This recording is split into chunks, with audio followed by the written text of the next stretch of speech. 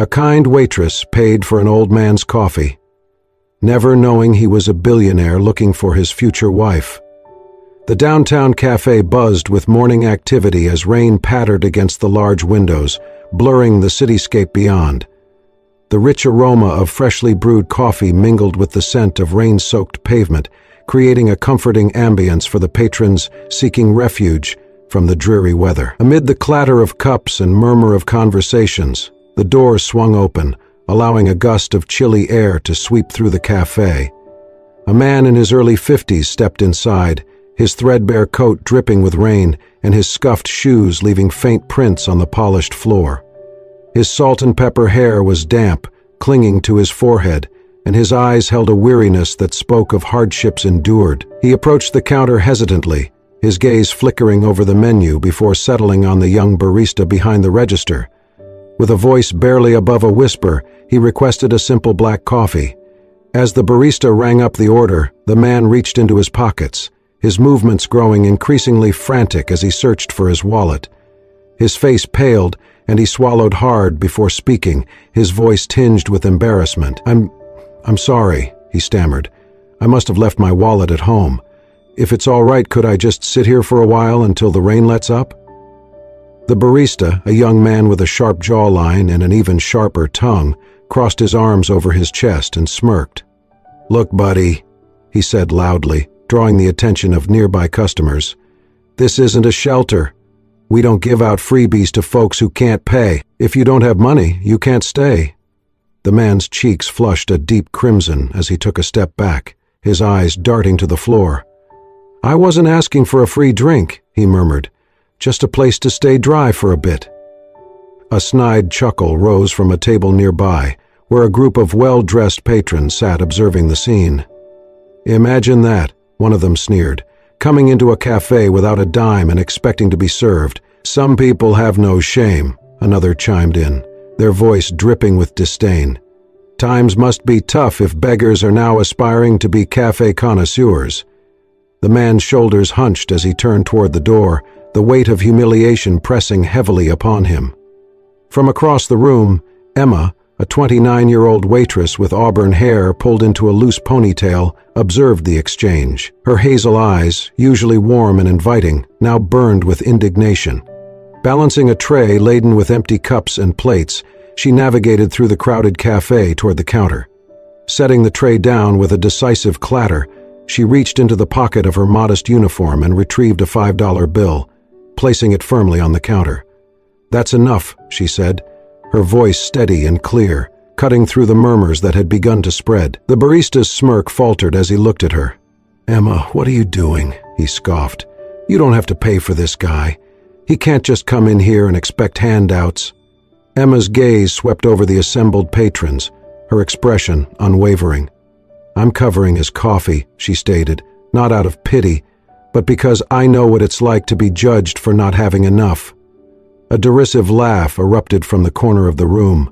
"How noble," a man jeered. "A waitress playing the hero. Maybe you're hoping for a tip from him later." Emma turned to face the room, her posture erect and her voice resonant with conviction. "Kindness isn't a transaction," she declared. "It doesn't diminish us to show compassion. But belittling others, that reveals true smallness." The cafe fell silent, the previous undercurrent of mockery replaced by a palpable sense of introspection. Emma turned back to the man, offering him a gentle smile. "Please, have a seat," she invited. "I'll bring your coffee over shortly. Don't let the harsh words of others define your worth." The man met her gaze, his eyes glistening with unshed tears. He nodded appreciatively and found a seat by the window, where the rain continued to cascade down the glass. As Emma prepared his coffee, the atmosphere in the cafe shifted subtly. Patrons avoided meeting her eyes, their earlier amusement now replaced with a subdued contemplation.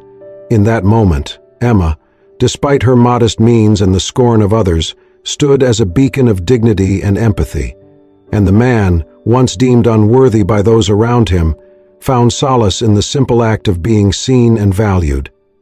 The moment in the cafe still echoed in Emma's mind as she cleared the last table of her shift. No one had spoken to her directly since, but the stares, the whispers, and the silence hung in the air like smoke. The next morning, her manager Brian called her into the office. The small room smelled like burnt coffee and bleach. "Close the door," he said. Emma obeyed. Brian crossed his arms.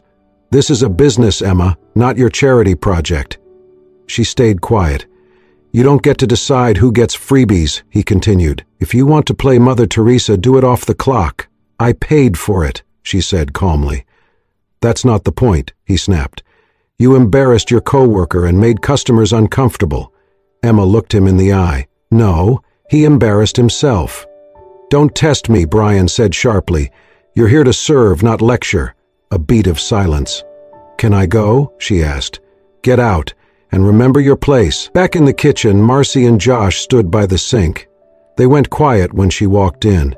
As she passed, Marcy muttered just loud enough, "Must be nice, acting noble when you still split rent with your kid sister." Josh chuckled. Bet she thought the guy was a secret millionaire. Emma said nothing. She grabbed her coat, signed out, and stepped into the drizzle outside. The air smelled of wet pavement and city smoke. She didn't rush. The apartment she shared with Lily was cramped, a one-bedroom with peeling paint and a drafty window. Lily lay curled on the couch, shivering under a blanket. "Hey," Emma whispered, brushing her sister's forehead. "You're late," Lily murmured. Emma smiled. "Got caught in the rain." She reheated old porridge, added a pinch of salt and handed it to her sister. Then she checked her wallet. $3. One subway token. A faded photo of their mom. She looked at the money, folded it slowly, and slid it back in. No regret. Not for the coffee, not for anything. After Lily drifted to sleep, Emma sat by the window, watching the rain streak down the glass. Her reflection stared back, tired, pale, but with a quiet strength still glowing underneath. Her thoughts slipped back to years ago, 15 maybe, when their mother collapsed in a street.